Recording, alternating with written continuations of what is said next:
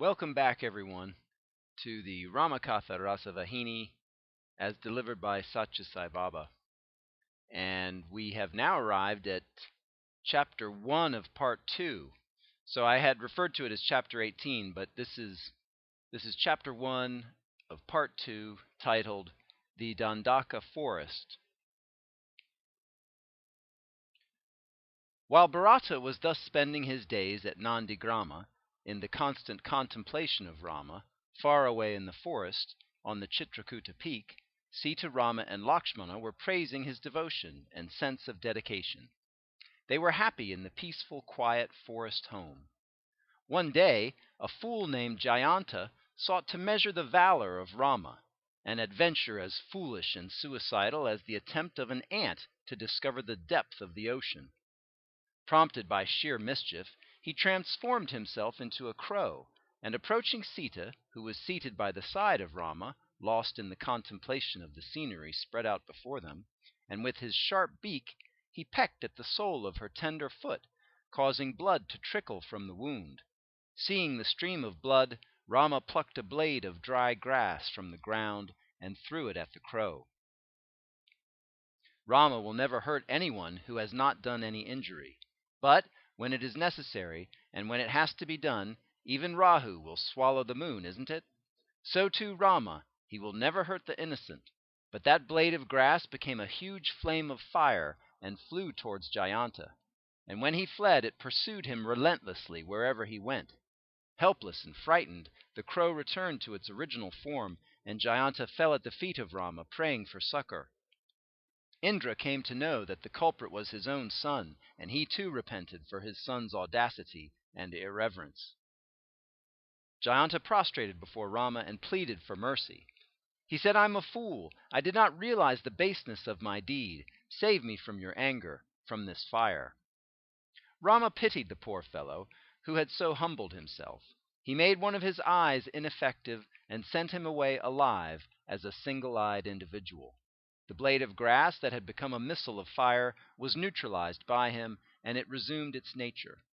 Jayanta was grateful that he was let off with just a token punishment for the heinous crime he had committed. He lived for a long time on the Chitrakuta peak, where Sita, Rama, and Lakshmana had taken residence. One day, the 10th day of the bright half of the month Margasira, Rama ordered Jayanta to proceed southwards from his habitat. Sita, Rama, and Lakshmana too left Chitrakuta and reached the hermitage of the great sage Atri. The sage came to know in advance of the intention of Rama to visit his retreat through his pupils. So when Rama was approaching the ashram, he moved far out on the forest track in order to welcome Rama, Sita, and Lakshmana. Atri was so overpowered with joy at the sign of grace that he shed profuse tears in his ecstasy and declared that the visit had indeed made his life realize its highest aim. He said that his austerities had at last borne fruit that day. That evening, the sage Atri gathered his pupils and placed a high seat for Rama at the head of the assembly. His consort, Anasuya, had meanwhile attended to the needs of Sita and brought her to that place. Then he described to all present the sacredness of the occasion, the powers of Rama, Sita, and Lakshmana, and the divine forces that had incarnated as those three. Anasuya also praised the virtues of Sita and gave her holy counsel on the duties of women and the ideals they should ever hold dear. Sita spoke of the fact that every individual, every being, and every creature had the feminine principle inherent in its composition. She said that though there are masculine and feminine roles acting on the world stage, all are basically feminine when their strength, emotions, and attitudes are considered. She said that her Lord Rama is the incarnation of the one and only masculine principle in the universe. In him, she said, there is no trace of duality, of mine and thine, of grief or joy. He is the embodiment of fearlessness. He is strength personified. Purusha, or the eternal masculine, has wedded nature, or prakriti, the eternal feminine. Though nature appears manifold and variegated, it is really one undifferentiated unity. Thus Sita revealed the truth of the Rama principle to Anasuya, the consort of the sage Atri.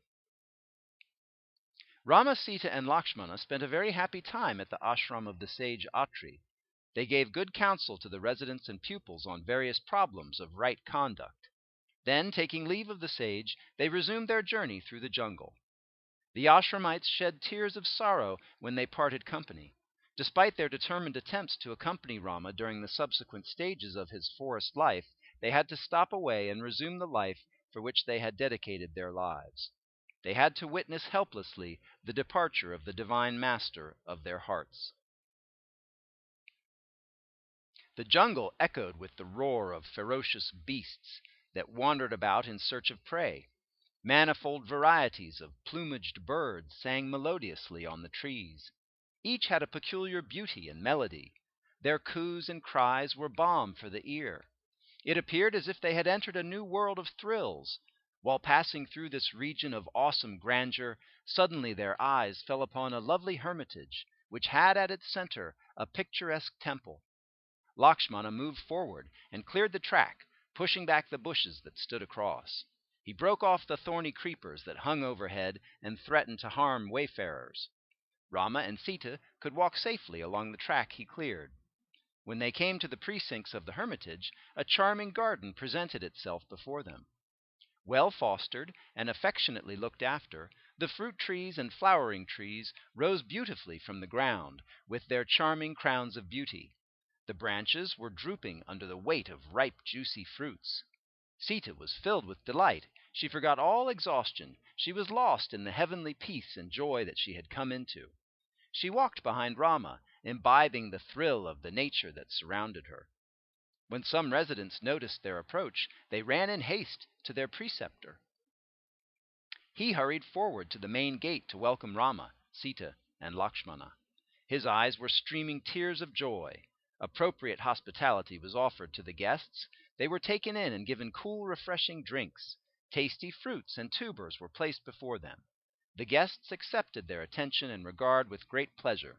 They partook of the simple repast. In the evening, they took bath and performed due rites. Rama spoke to the residents on ideal modes of conduct and behavior. He permitted them to ask questions on the doubts that might be puzzling them and the knotty points of interpretations of the scriptures. They welcomed the opportunity most enthusiastically.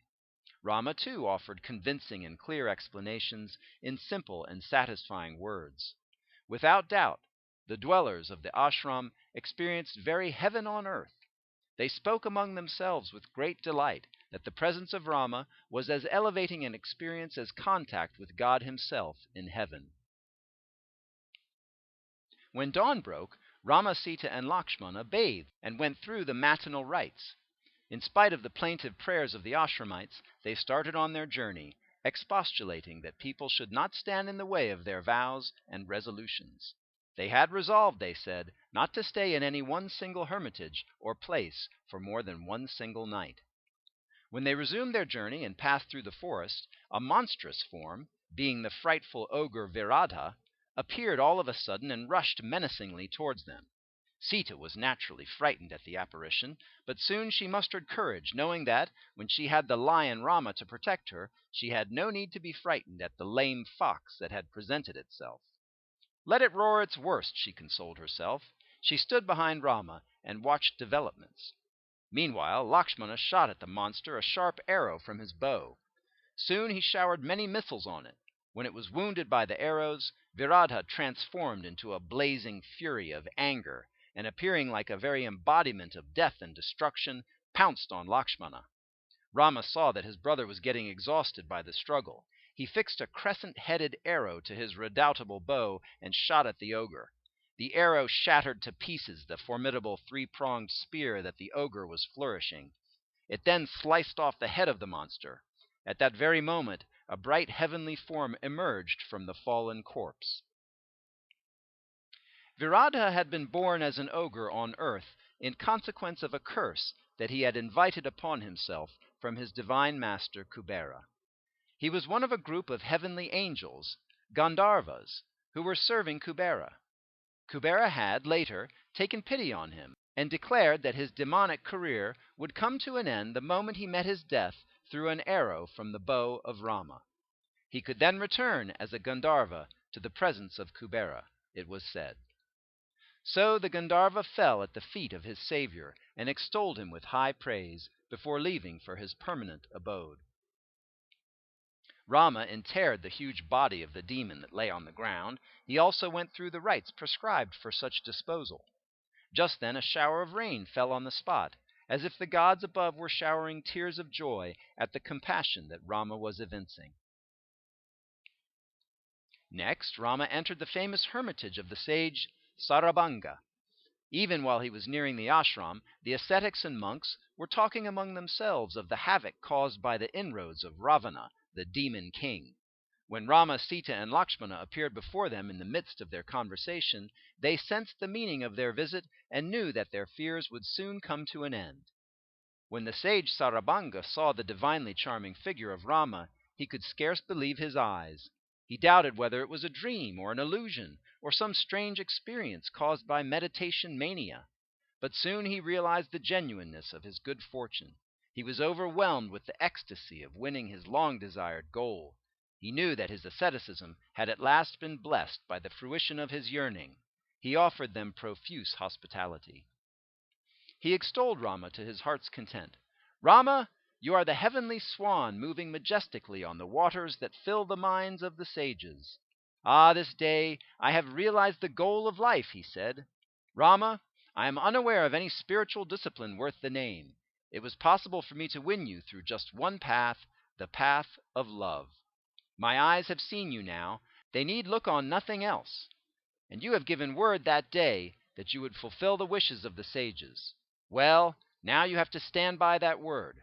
My wish is this: stand before me in this most charming form until my breath leaves this body. I wish to cast off this body even while my gaze is fixed on you," he replied.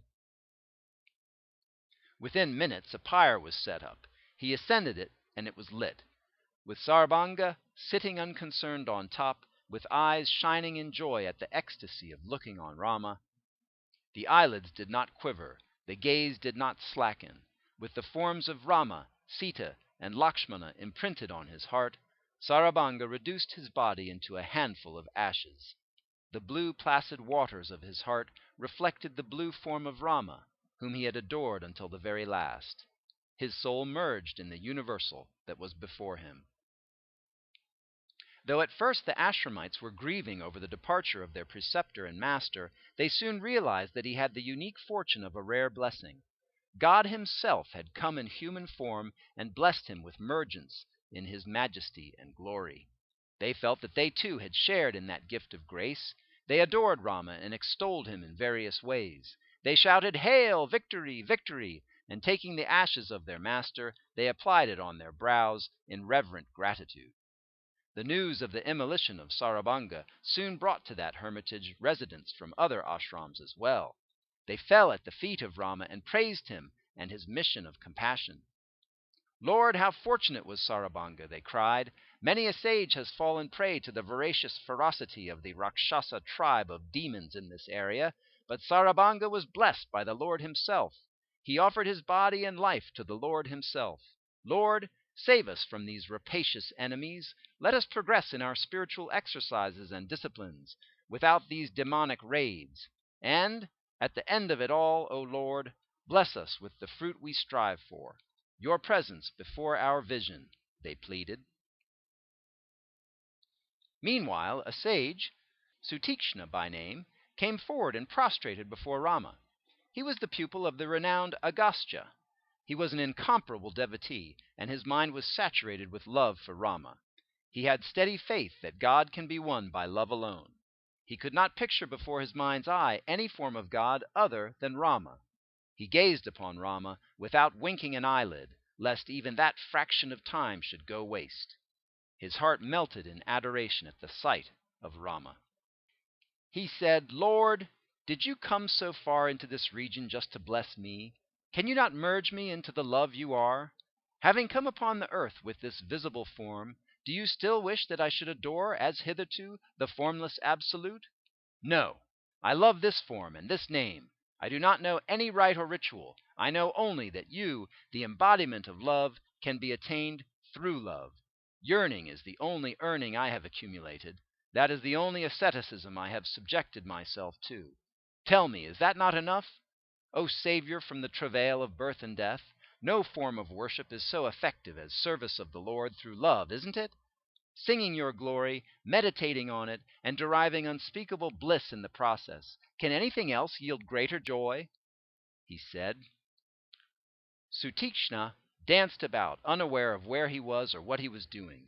Tears flowed in streams down his cheeks. He appeared insane for all who could not gauge the inner joy he was experiencing. Rama knew the urge within the sage. He drew him near himself and embraced him most lovingly. He spoke soft and sweet, to bring him round to a consciousness of his surroundings. While Rama was holding his hands, the great sage entered the supreme state of samadhi. He became a doll, unmoved and immovable. Rama brought him back into consciousness. As soon as he came to, he fell at the feet of Rama, falling flat on the ground. He raised his hands above his head, and joining palms in adoration, he expressed his joy and took delight therein. He said, Lord, you are the conflagration that destroys the forest of delusion in which man has lost himself. You are the solar orb that makes it possible for the lotuses of the hearts of good men bloom in beauty and fragrance. You are the king of beasts, come to destroy the brood of demonic elephants. You are the eagle, come to hunt down and destroy the bird that flits into birth and flits out of life, in a recurring cycle of joy and grief. Lord, your eyes are as charming as lotuses. My two eyes cannot drink in all the beauty of your effulgent form. You are the moon that sheds cool light to enrapture the twin chakora birds, namely the eyes of Sita. You swim happily as the celestial swan in the placid lakes that shine in the hearts of sages. You are the Garuda bird that preys upon and destroys the serpents that breed in the minds of doubters and unbelievers. All cruelty, confusion, and calamity will be burnt away when a tiny glance from your eye falls on them. He extolled Rama thus, and in various other forms, and derived great joy at getting the chance. He also utilized the chance to gaze upon the Lord, and to have his image imprinted on his heart. He was not conscious of the passage of time or the needs of the body. He did not wink once while looking on and drinking deep the glory of Rama. Rama watched him for a while, and then he raised him up with his hands upon his shoulders. He said, Sutikna, you are endowed with all desirable virtues. Ask from me anything you wish, for I shall bless you as you desire.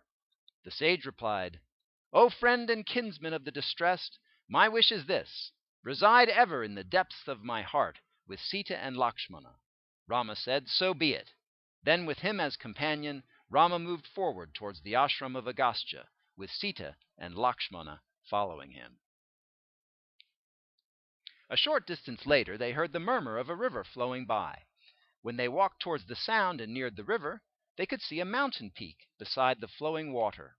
In the middle there were beautiful flower gardens, and like a lotus shining in the center of a tank, there could be seen the lovely hermitage of Agastya on a carpet of fragrant flowers.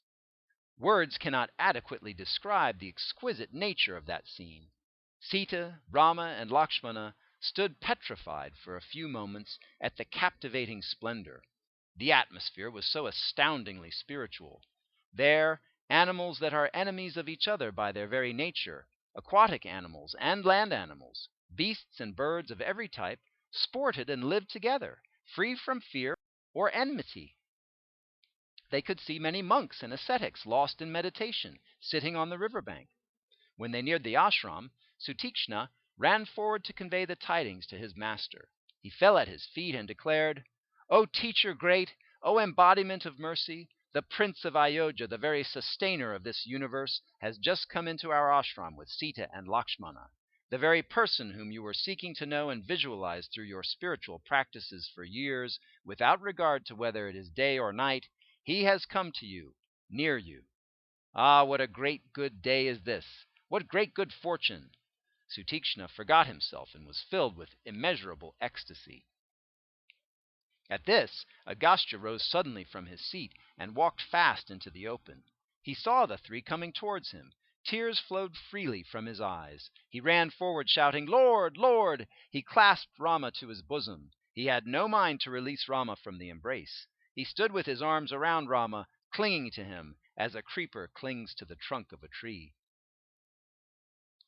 Agastya could not contain the joy that welled up within him when he led Rama, Sita, and Lakshmana into his hermitage. He invited them to rest on elevated seats. He had fruits and sweet tubers brought, and he offered them for their repast. Then he inquired about the journey they had gone through, and when Rama was answering his queries, Agastya listened with eyes closed in deep delight, tears of joy streaming down the cheeks. There was a happy smile hovering on his face. At last he spoke. "Lord, I am convinced that there is no one more blessed than I am. The Lord Narayana has himself come to me. He is staying in my hermitage. Is this true? Is it a dream? No, it is clearly a fact of experience."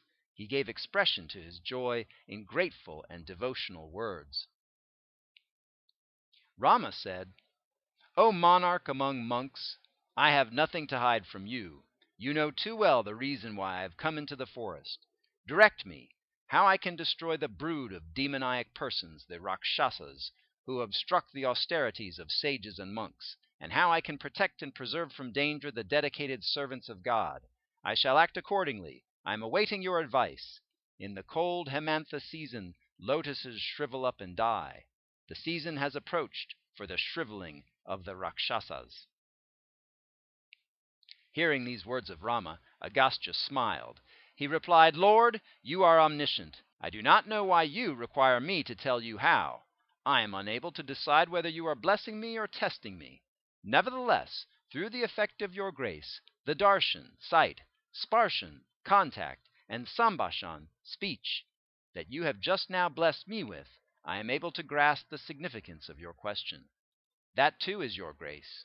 Maya, which is your creation and your puppet, your slave lying at your feet, is watching ever for the slightest raising of your brow to carry out your commands. Through the skill endowed by you, Maya is creating all beings on earth and in heaven. Your Maya is unconquerable. It is harassing beings endlessly, that is to say, those who fall a prey to its machinations. That is a fact that is known to all. Your Maya is like the ficus, spreading far and wide. The orbs in the cosmos are as fruits of that tree. The beings and things that exist in this cosmos are like the worms and larvae that creep inside the fruit. The fruit might appear lovely outside, but when it is opened, hundreds of worms can be seen wriggling inside. Those attached to this exterior world and its transitory treasures are afraid of you, since in your aspect as time, you cause inexorable ruin of their plans. The cosmos itself is an appearance of your reality. Rama, you are adored by all the worlds. You ask me for directions, just as a common man would. You praise me as men do. This raises a laugh in me. I'm not concerned with anything now. I desire that you stay in this hermitage with Sita and Lakshmana. That is the only boon I ask for. I prefer always to worship your attributeful form, not your attribute-less principle. That is what I believe in and teach. That is my ideal, my favorite goal, my aspiration. Therefore, grant me this boon.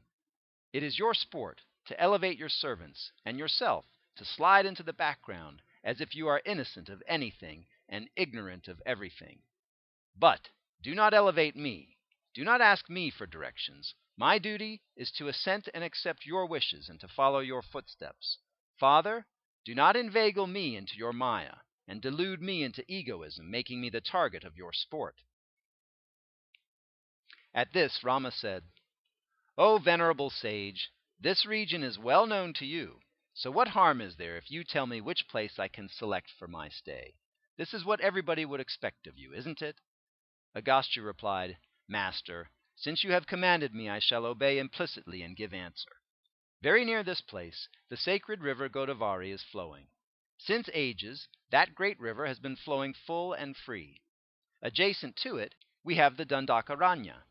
When you sanctify it by residing in it, you would have conferred upon the monks and sages that live therein all content and happiness.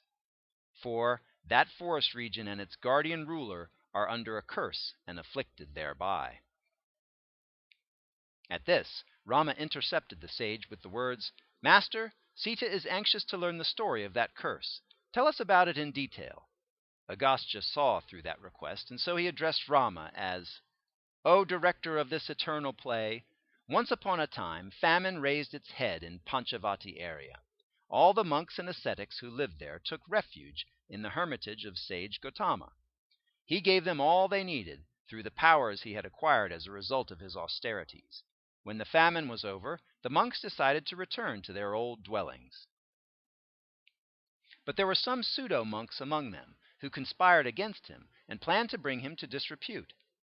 They brought a cow that was in the throes of death and made it enter the hermitage garden on a particularly green and attractive patch.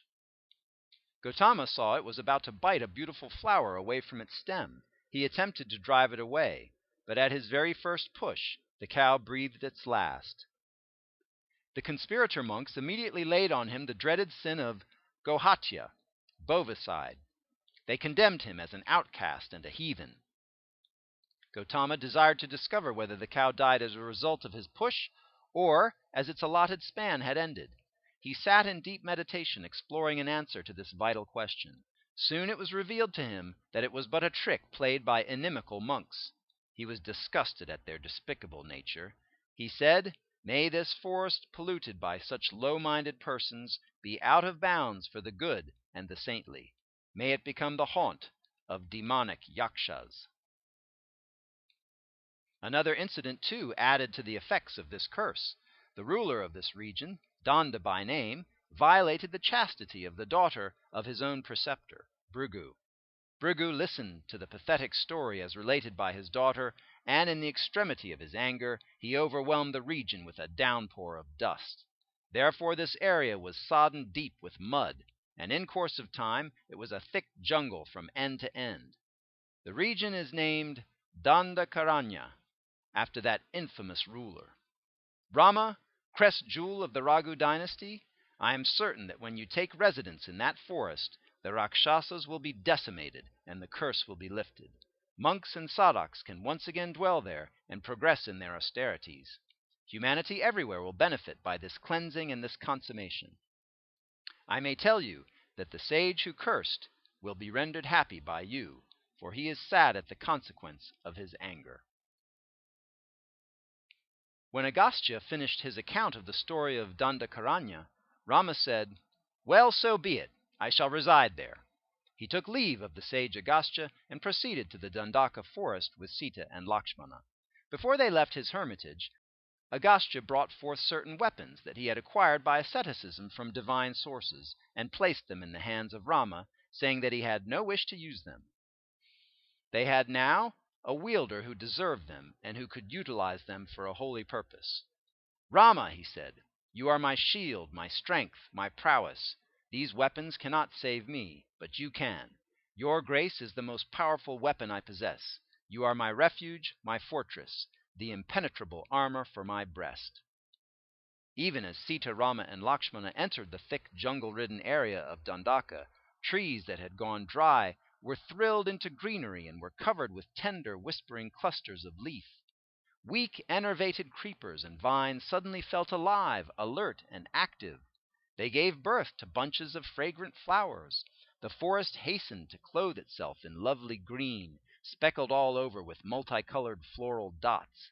They sought a spot where they could reside therein, and soon arrived at the place known as Panchavati, which Agastya had indicated.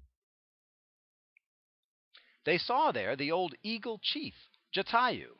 He was a great friend of Dasarata, accompanying him on his spatial expeditions to help the denizens of heaven. Rama related to the eagle the sad news of the death of Dasarata and alleviated his sense of loss and bereavement. Rama told him about himself and spoke to him about Sita and Lakshmana and of his other brothers. They were set on rigging up a thatched hut on the banks of the Godavari. Jatayu became a close friend, and through him they could acquire a clearer picture of the region. That night they spent the hours under a tree in sound and refreshing sleep. And here ends Chapter 1 of Part 2 of the Ramakatha Rasavahini, aka Ramayana, as delivered by Sathya Sai Baba. Sai Ram.